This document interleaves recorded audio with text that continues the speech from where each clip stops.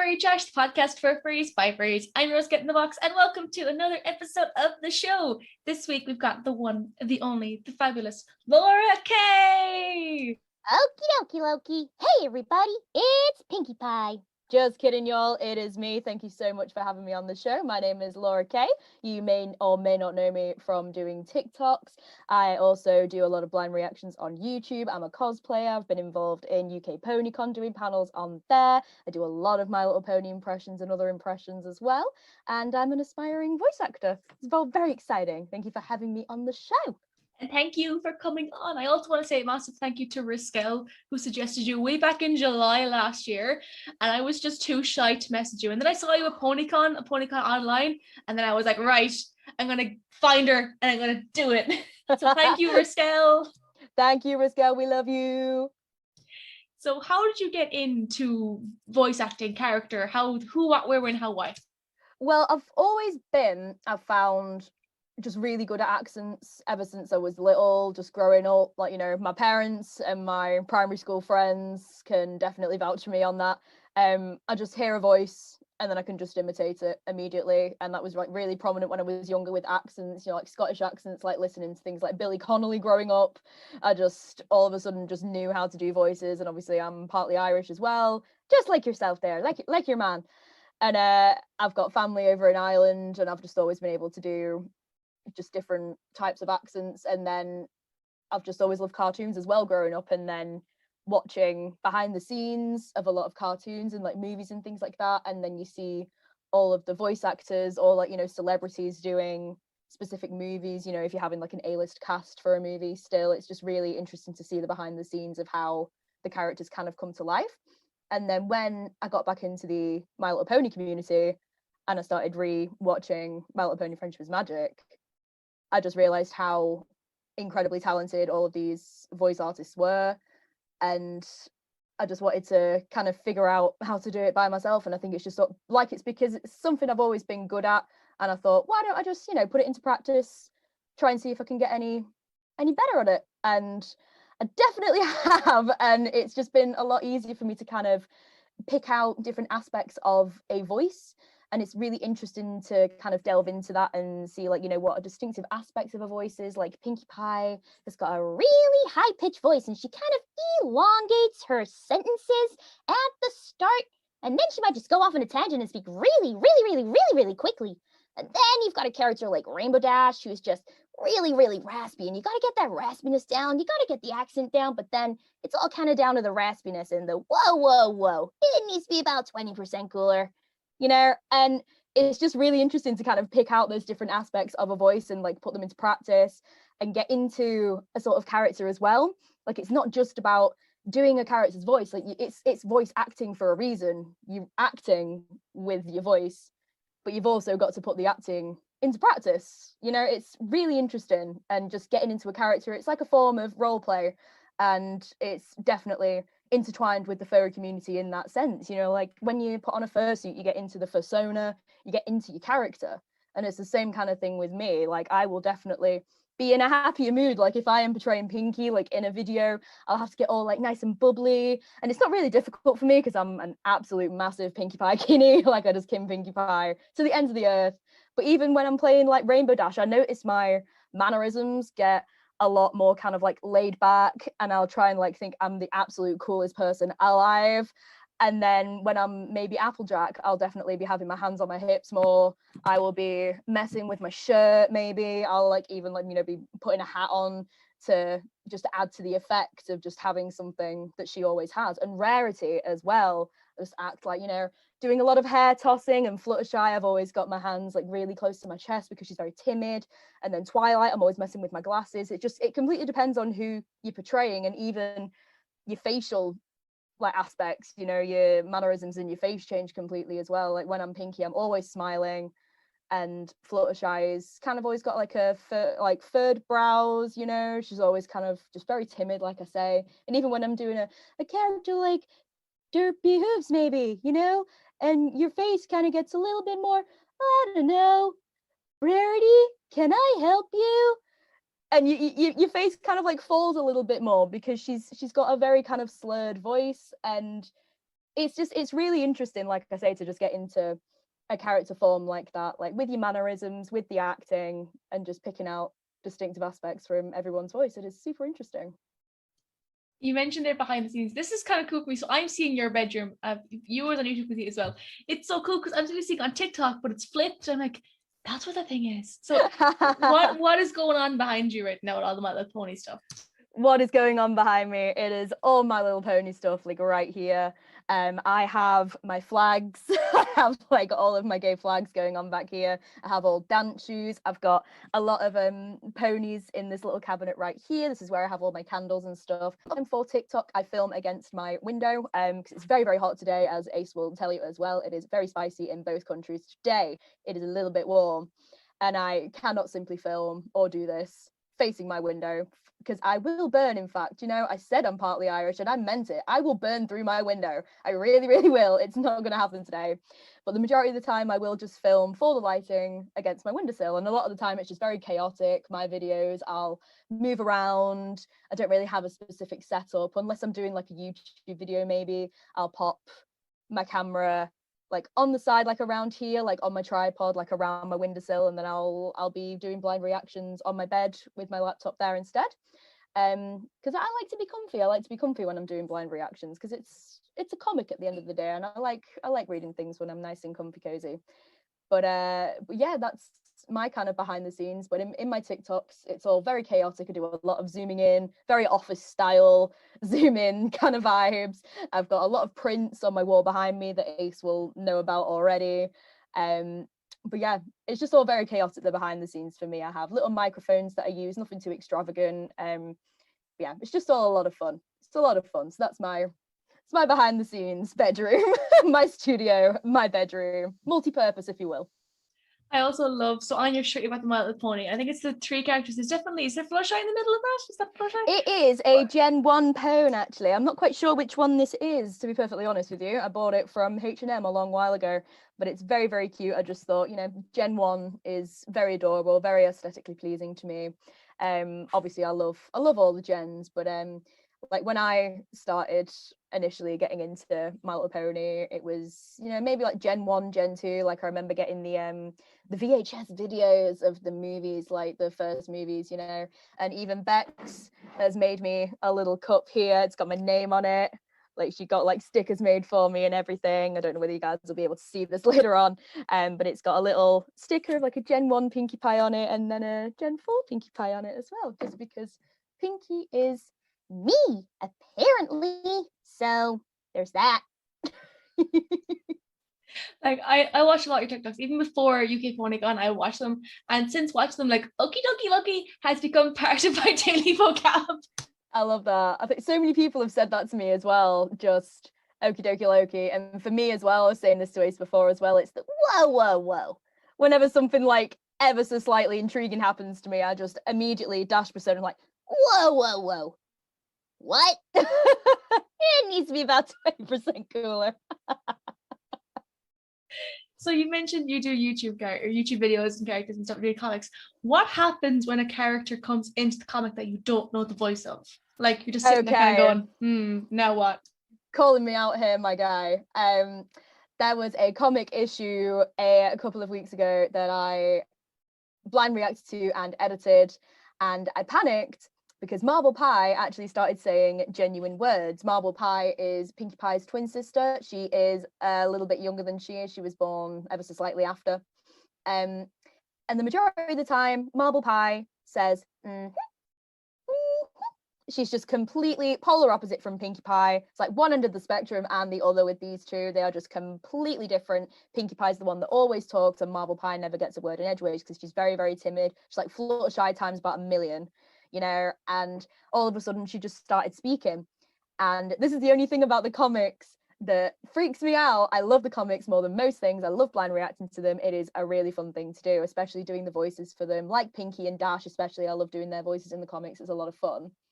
But then as soon as Marvel started genuinely speaking, I went into a blind panic and didn't know what on earth to do, because I know who voices her. I know that Ingrid Nilsson, who also voices Maud Pie, voices Marvel, but I don't think Marble Pie is going to speak like this, like Maud.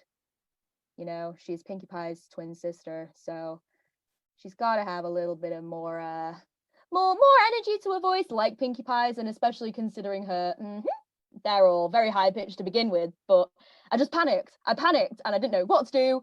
So I just thought, no, she's just gonna have to be a Manc for now. She's gonna have to sound like Liam and Noel Gallagher, and we're gonna have to make do with that. But I'd just love to be able to do that more spontaneously, especially for something like Marble Pie. But I panicked and thought, oh my God, what if any of them see this? They're gonna absolutely hate it. So I panicked and did my own voice. Just like, yes, this is definitely an equestrian voice. Thank you. It's headcanon now, and you cannot change it. It is. Marble Pie is a Mancunian. We stand. So you mentioned UK PonyCon online. We were both at con, which is so weird because we both did panels at UK PonyCon online, and I had seen you on TikTok. I didn't expect you to be there, and I was like, "Oh my God, it's Laura Kay from TikTok." I remember you absolutely freaked out, and I loved it. I was like panicking, thinking, "What do I do?" Just as chaotic as each other, just as chaotic. As a side note to all this, we spent an hour and a bit talking before we actually started recording because like the chaos is just, it's delightful. It's too good to handle, so we just had to get it out before we started all of this. This too is chaotic, but also, you know, got to get the rest of it out beforehand. Have you ever had any weird like public sightings? People like find you from work or TikTok and they're like, oh my gosh, it's your girl from TikTok. This is the strangest thing because somebody actually recognized me at work a few weeks ago, and it was the strangest experience ever. This 14-year-old kid and his mum came into the shop, and I just thought, you know, just a regular guy in his ma, just coming into the shop, and then he just came up to me and was like, you do the pony voices on TikTok, and I was like, nah, it's not me. And again, I panicked. I just didn't know what to do. But he was really, really sweet, and we got a little picture together. It was really, really cute. But yeah, I had no idea what to do, and my colleagues are just looking at me like, what is going on over here? And I'm like, I've been recognized, ? And they were like, what? That is wild. But it's been like one encounter. Someone's seen me out and about. A lot of people have commented on my TikToks actually saying, someone commented once saying that their mum, I think, had seen me like walking about and came home once and said like, oh, I saw your friend from TikTok just walking about. And I was like, oh, who's this? Am I being stalked ? But it's what happens. I mean, like my following is nowhere near as big as a lot of other people's. I mean, nowhere near. I mean, people have millions of followers on TikTok and millions on YouTube and Instagram as well. But I just thought it was absolutely insane just being recognized, you know, and it was this 14-year-old kid, and I thought that is so wild. But he was very, very sweet, and you know, I got him all sorted in the shop and everything, and it was lovely. It was really, really nice, but strange. It really was. But it's just one time. But again, I just panicked because I am the worst. I'm not cool under any circumstance. But you know, thankfully he wasn't so cool either. We just kind of panicked. Mutual panic, so it was fine. Both as chaotic as each other, like we say. How did you get interested in making videos? Well, I think it was probably like you say, when I was about 17, 18 maybe at the time. I was in college. I'd been through a lot medically as well, and I just thought, yeah, during this recovery period, I think I might just, you know, sit down, start making these little videos. I mean, I look back at them now and I cringe very, very muchly about all the videos that I used to do. You know, if your first YouTube video is not 10 facts about me, then I don't want to hear about it, because that is like everybody's first YouTube video, and it was mine. I had things like, you know, top 10 most embarrassing moments, things people always ask me, you know, and I had little vlogs as well that I used to do. I used to love doing little vlogs, you know. Remember when we used to be able to go outside and do stuff? Yeah. That was wild, right? I used to vlog things when I used to go outside and socialize with people. When I used to go on holiday abroad and I used to go and see my family in Ireland. That is insane. I used to vlog all of that. It's been so long and I have not vlogged since. You can go to the outside. You can do the outside. What is this outside you speak of? I don't know anymore. I'm not sure. I feel like it was an urban myth, or, you know, at best a bit of a fever dream. I might have lied. It might all just be in my mind, who knows. But with a lot of YouTubers, like when they start out, I call myself a YouTuber, like an absolute lunatic, but you know, we move. Um a lot of like influencers and YouTubers who start out, you know, they have their own kind of idea of what they want to be doing. Like I was kind of following like a lot of what other people were doing at the time. You know, I wasn't really making it my own kind of thing. But then when I thought about it, I started doing impression videos, and that was the first kind of series of videos that started to do really, really well on there. Like there was a video of mine, I think, that's gotten over like 40,000 views, which is a lot for me. It is insane, like especially on YouTube. Like it's really, really difficult to kind of set up a platform on there as opposed to somewhere like TikTok or maybe even Instagram. But on YouTube, it was insane. Everything just kind of like started blowing up on there a little bit. When I was doing impression videos and things like total drama impressions, I started doing Manchester slang kind of videos that people really, really enjoyed, Gavin and Stacey impressions. And then when I'd kind of figured out even more so what I wanted to do as a career in voice acting, and when I'd gotten back into the brony community, I started doing pony impressions again. And I thought, yeah, this is where it's at. And then I started doing all my blind reactions to things like DuckTales episodes. I started doing blind reactions to like Pony Life episodes when all those started coming out, and the comics as well, because the comics are now continuing on season 10 of the show, basically, like in comic form as opposed to it being animated.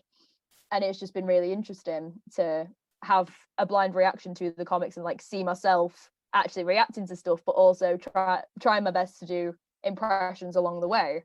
And that's where I'm kind of at now with YouTube. It's what I really want to do, you know, just more impressions, kind of more blind reactions, things like that. And yeah, I think that's going to be my brand pretty much from now on, as opposed to the kind of copycat style thing that I was doing. I think everyone in that kind of era of YouTube though, like in what, 2016, maybe 2017, like it was all very samey, everyone doing vlogs, everyone doing get to know me videos, and like prank videos were very, very popular back then as well. But we move on, you know, technology moves on, social media moves on, you know, there's different trends all the time on TikTok especially. But then with YouTube, I think you just got to sort of like find your niche, and I definitely have. So it's been an interesting journey, but yeah, I think I found what I'm after doing there now for sure. That is yeah, fine. I just think like, how do you keep up with all the trends on TikTok, because they're constantly changing all the time? They are, yeah, they really, really are. I mean, I'm part of the creator fund on TikTok, and like the creator sort of like forum space, like there is a separate section on like your settings and things like that on TikTok to keep up with specific trends. Personally, I don't really do it a lot, you know, like I don't look at like the latest trends. I'll get a notification saying, have a look at today's trends, like this week's trends and things like that, you know, like people are using this sound, people are using, you know, this video, or like reacting to this and things like that.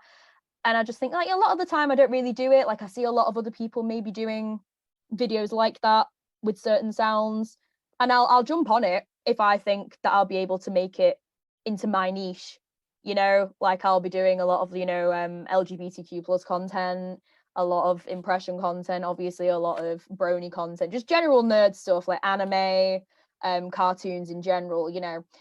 But if I don't think that I can make it into my kind of niche and make it funny for my audience, then I don't think there's really any point. But then yeah, if I see a specific video and I think, oh, that'd be really funny in this context, like I should do it like that, you know, with like personal things as well, like my medical history, like we've been talking a lot about like my medical history today as well, just before we jumped on this whole thing.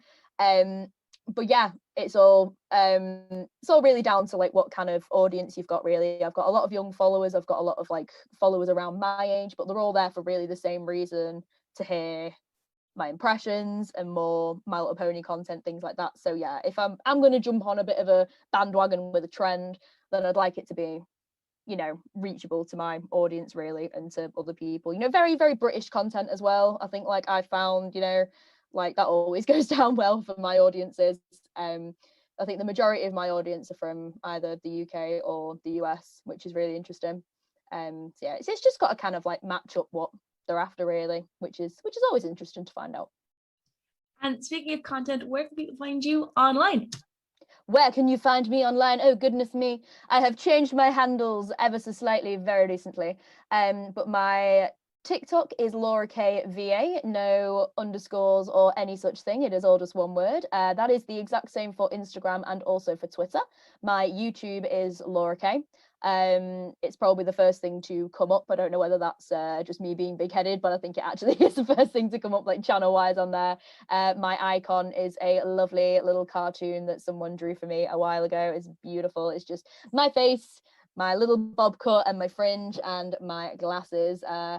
But yeah, that's my channel. It's all very fun and positive, you know, like it's a very safe space. I'd like to say my, like all of my social medias really are all very safe space-esque. I've done a lot of comforting POVs as well in the past on TikTok, you know, like coming out videos and just general comforting videos for people who might have been having like a bad day. Because, you know, I see videos like that all the time on my For You page when I've genuinely had a bad day. So I thought, yeah, I'll give that back to people as well. Like when I'm having a good day, and I'm privileged enough to have a good day, then I could make someone else's day a little bit better if they're having a little bit of a rubbish day. So, but that's where you can find me. It's Laura KVA on TikTok, Instagram, and Twitter, and also Tumblr if you guys are still after doing Tumblr after all these years. I think it's the exact same. And then YouTube is Laura K. That's me. There should be a new video sometime soon, hopefully. Another blind reaction. We are very excited. Well, Laura, thank you so much for coming on the show. I really, really do appreciate it. And I can confirm this episode was at least 20% cooler. If you enjoy the content and want to find us online, our Instagram is furry.trashbot, Twitter is ftrashbot. And if you're watching on YouTube, please do feel free to like and subscribe if you enjoyed all the wonderful vibes. And I'll see you next time. Thank you so much for tuning in to Furry Trash. Bye-bye. Bye.